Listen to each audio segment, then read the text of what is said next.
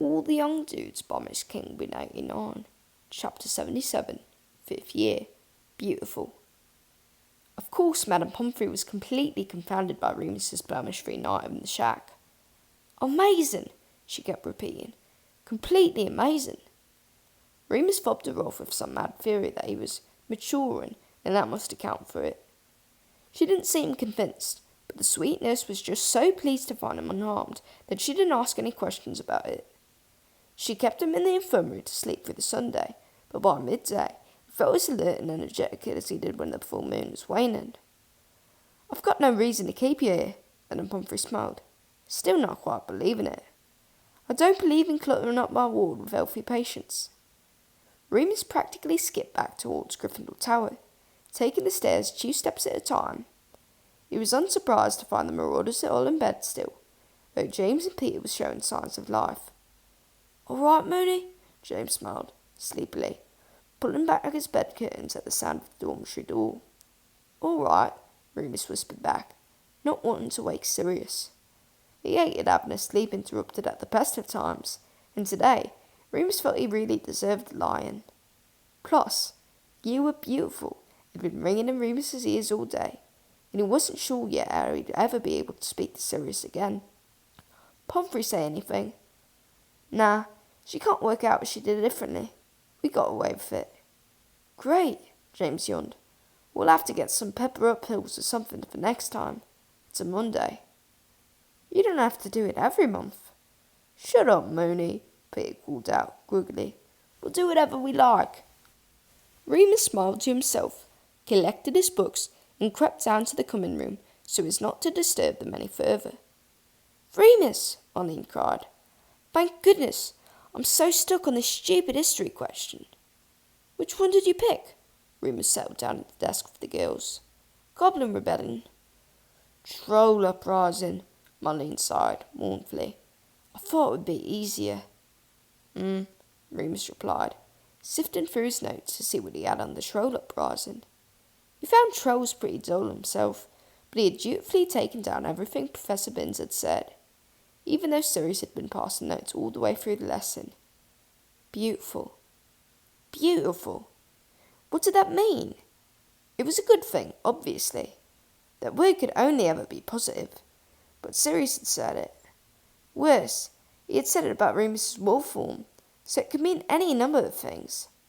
Remus had created a short list in his head. For example, you were beautiful might mean 1. You were beautiful last night as a wolf, but you were not beautiful this morning as a human. 2.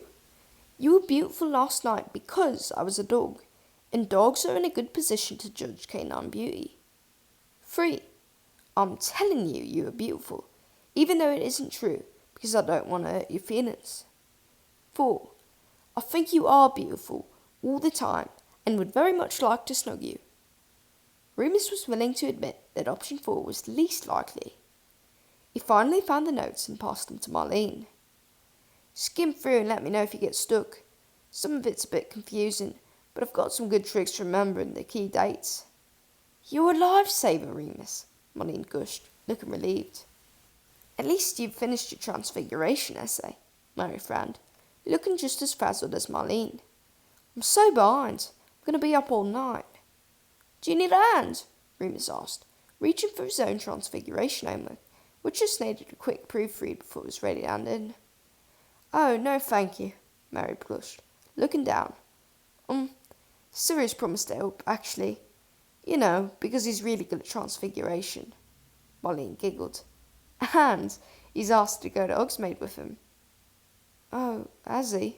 Remus asked, his mouth suddenly very dry. Yeah, Mary grinned, looking very pleased with herself. Remus couldn't blame her. Lucky cow.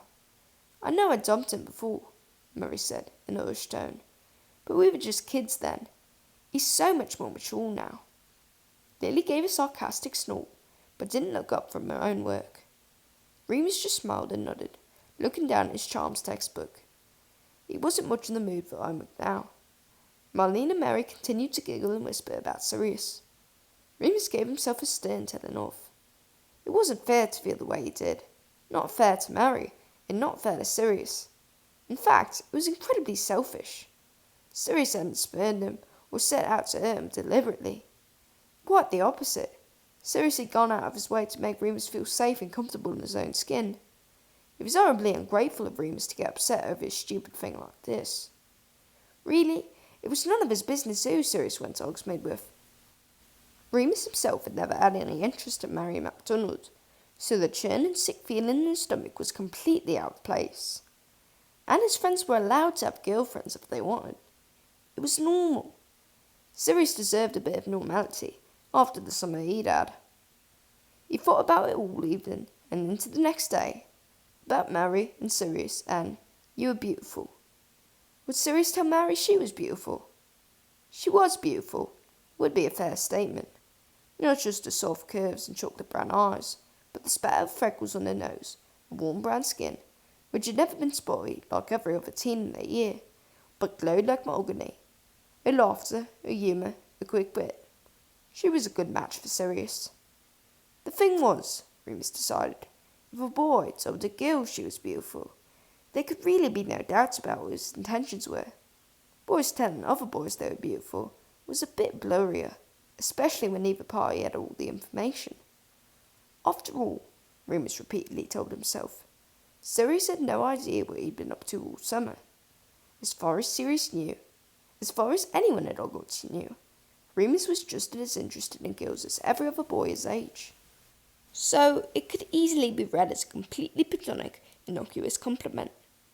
On the other hand, a small, wheedling voice would whisper, Sirius had always known Remus better than Remus knew himself. He had always been able to suss him out. The reading problem, the lycanthropy. Why not this Jew? Was it so terrible to hope? Saturday, 4th October 1975. After a week of restless nights, Remus was desperate for someone to talk to. In this time, there was truly no one he could talk to.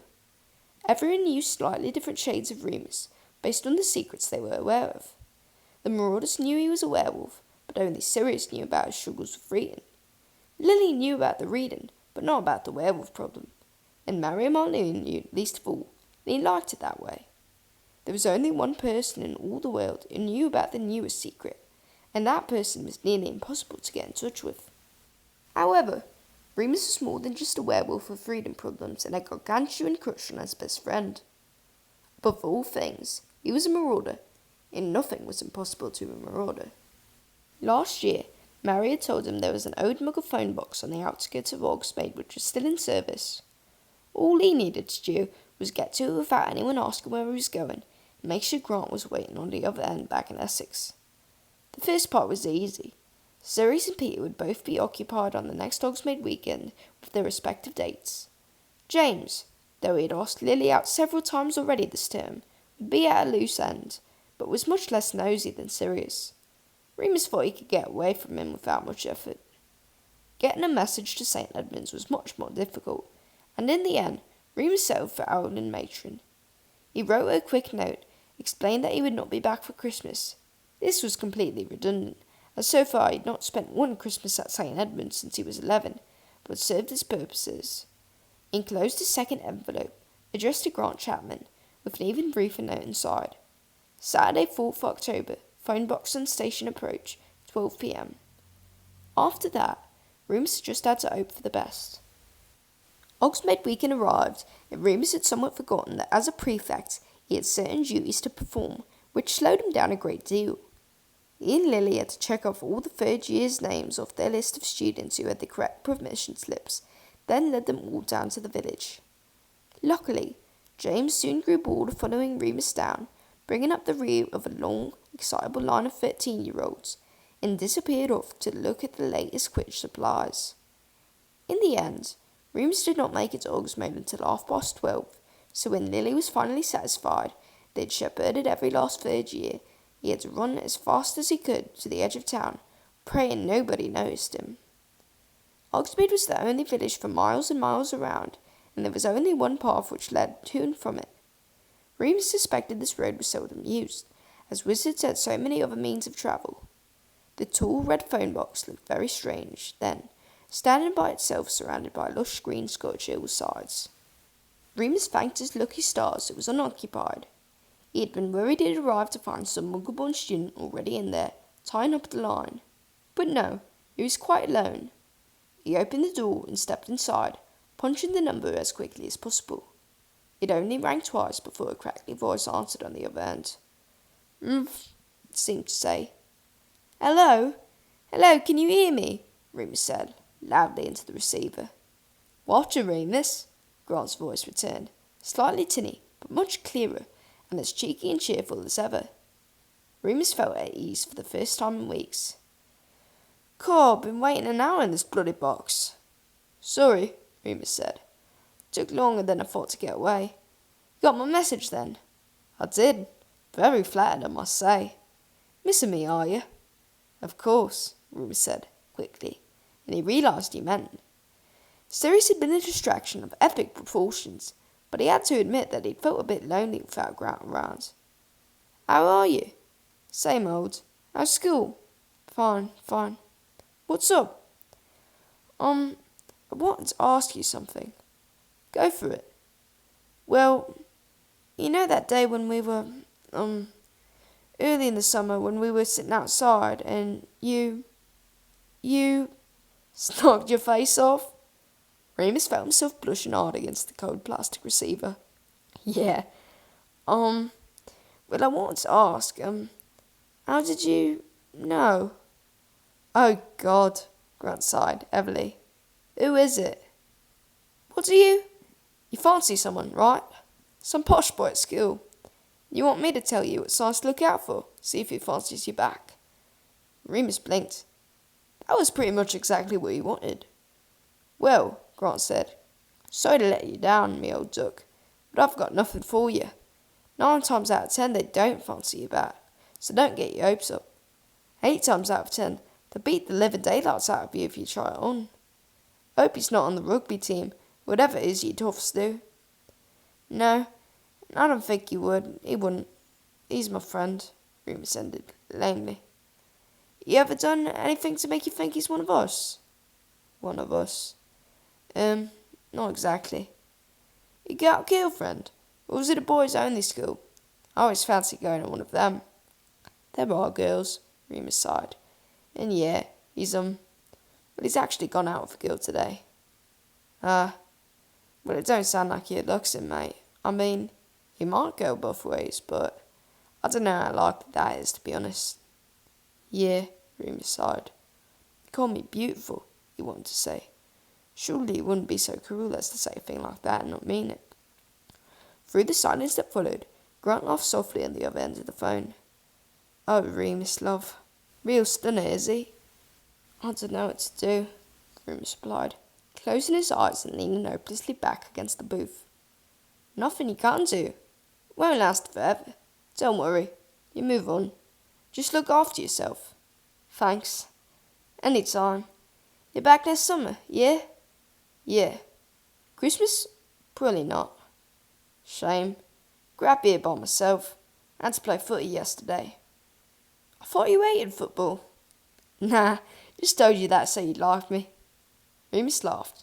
Though the phone call had not taught Remus anything he hadn't already known, he felt a lot better for it. He headed back to Hogsmeade with a spring in his step, looking forward to visit Honeydukes before finding his friends at the Three Broomsticks. Grant was quite right. Of course Sirius was a no-go.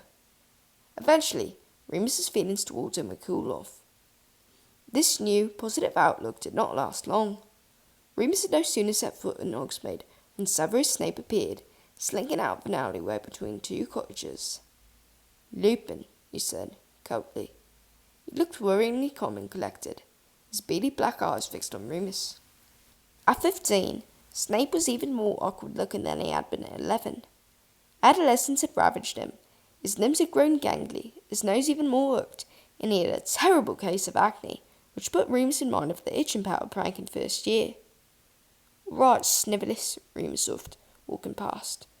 Foraging in other people's bins, are you? Severus walked alongside him, smirking. What were you doing leaving Hogsmeade? None of your business, creep. You were gone for almost an hour. Did you follow me? You're up to something. Get lost or I'll give you detention. It's a complete joke that you got made prefect. Severus said, quite out of the blue. Snape had not been made a prefect for Slytherin, though I suppose you're best of a bad lot. Look, you're not going to get a rise out of me, Remus said, through gritted teeth. He would walk faster if he could, but his gammy hip was playing up again. I'll tell you to bugger off back to your mates, but I know you haven't got any. I know about you, Snape hissed. Care-own brat. This care-own brat beat you at arithmancy last year, and history. I'll find out what you're up to. But good luck. Remus knew he had done a good job of covering his tracks, even if Severus had found out that he made a phone call. What did that matter? I really don't know what's got you so wound up, Snivellus. Not enough first years to curse or something?